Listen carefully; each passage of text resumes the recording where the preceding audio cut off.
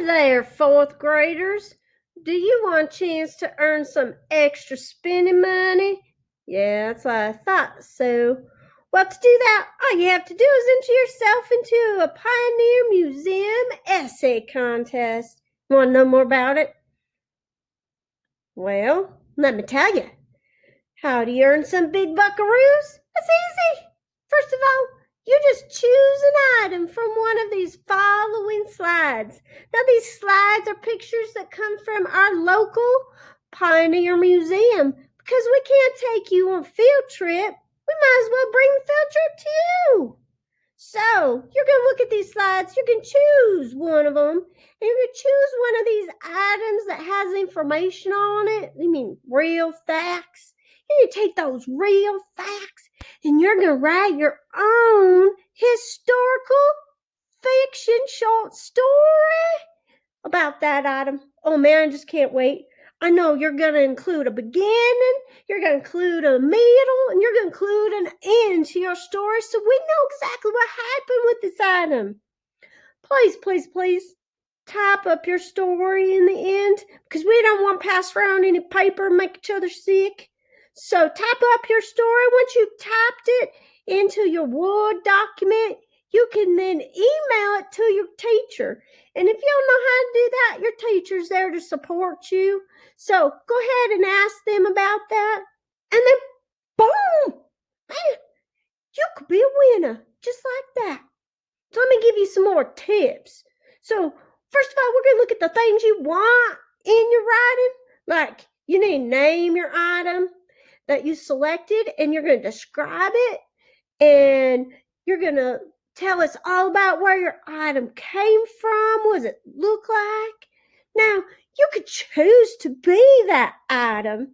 Like if I were to choose a World War I helmet, you could choose to be that helmet. And you're going to write about who owned you, where'd you go, what was it like to be a helmet? You know, sounds kind of weird, but it could be interesting. Or you could be the owner of that item from when the time frame it was used. Oh, could you imagine all the adventures you would see with your item? But no matter what, please use your imagination. We do not expect this to be 100% true, but use any facts you do know about the item. And if you know a lot of facts about the item, then man, tell us about it. But what we don't want you to do is in the blue over here, we do not want you to write anything that is gory. Oh man, I might lose my lunch and then that won't be pretty. So please keep it school appropriate. Don't turn in a paragraph because man, that's short. We want a real story. We want it to be like a page or two. Entertain us, man. And please, don't write like a first grader. You know, I think your teachers have taught you how to use capitals and marks, and they always want you to write in complete sentences. So if you're going to write a story, oh man, we got to write it so it's good because you want to win. So you might want to choose some words that are fourth grade and beyond to really wow me as a reader because, yeah, I'm going to be reading it. Here now is a planning diagram or like a plot diagram, kind of looks like a mountain. Many of you have already used this, but we're going to go through it real quick.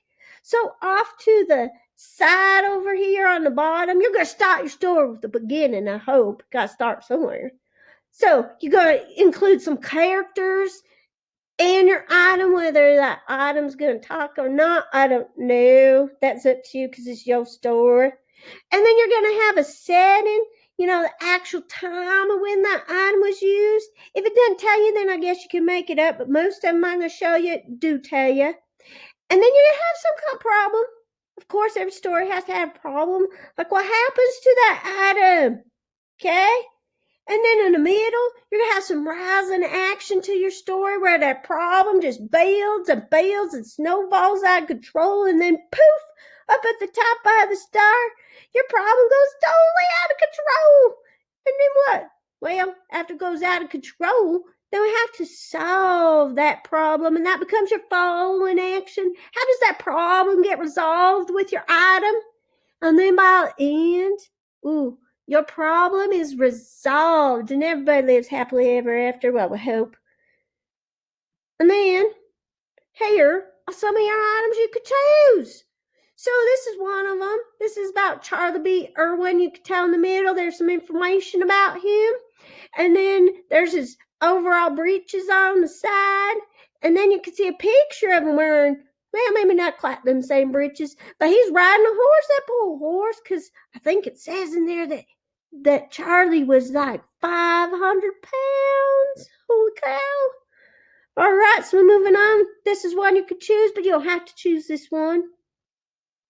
There's this one, which is a vacuum washer. Oh my goodness, we're going to have some washing going on.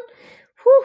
So that was used in 1887. Can you imagine washing your clothes and that? Ooh, tell me all about it.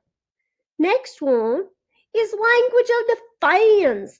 Oh man, the ladies would use these fans and they would tell us all sorts of stories with them. By golly, that would be interesting. I think they're keeping secrets from the man. All right, another one. You could have an Army Air Force uniform. Now, this could be a very interesting story, but remember, please, please, please keep the blood and the gore to yourself. I don't want to read about it. You'll make me sick. Another one, could look at this fine set of silverware, pots and serving plates and tea kettles. What could you say about that? And this one's an earth oven. So this earth oven, man, they used to make things out of here. Read about it. If it interests you, what kind of story can you tell about it? This one here's a sheep wagon. You could tell that there is not a whole lot of information on this, but I'm going to tell you it was used in the early 1900s when people that had sheep had to transport their sheep to a different place and they would be gone for days from their home. So they would live in the sheep wagon. They'd sleep in it. They'd cook in it.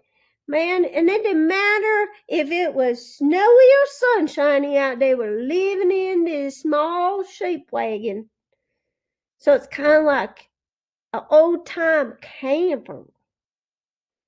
Okay?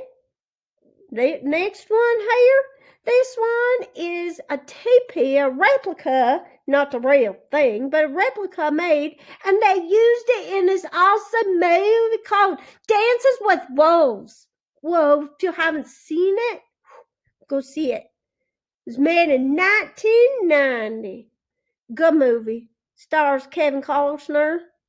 But they used this, and it's a good replica of it. If you want to read information about it and then write a story around it, that'd be so cool. And this next one here is a doll from a German fairy tale.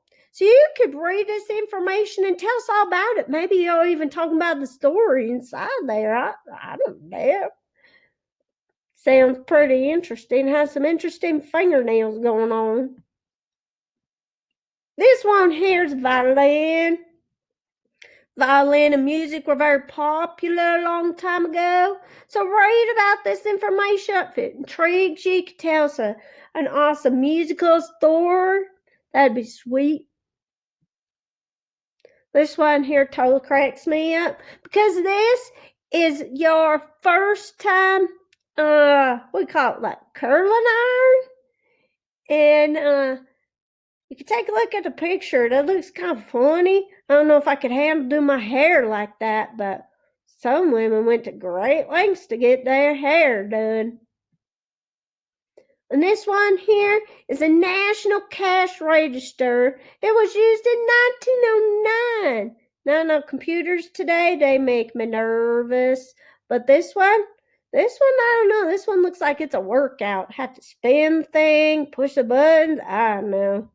But you could tell a real cool story with this one, too. This one here is a phonograph. And it was used in Glen Rock, Wyoming in 1900. So they would use record players. Yeah, none of this online music that you stream in. This is all on a record player. It's the best way to listen to music. This here is a wedding dress that was used in 1921. I sure hope she got married in good weather in September in Wyoming, because we know September weather could be cold. But you could tell a real cool story about this, maybe even about the wedding. And folks, that's it. That's all she wrote. But I want you to know that you're going to earn your money from sponsored by the Butch Bowen Foundation. Okay? And we're going to read lots of stories, and then we'll get back to you on that. All right. Good luck. Type up your story and send it off to your teacher. They'll be waiting. All right. Adios, amigos.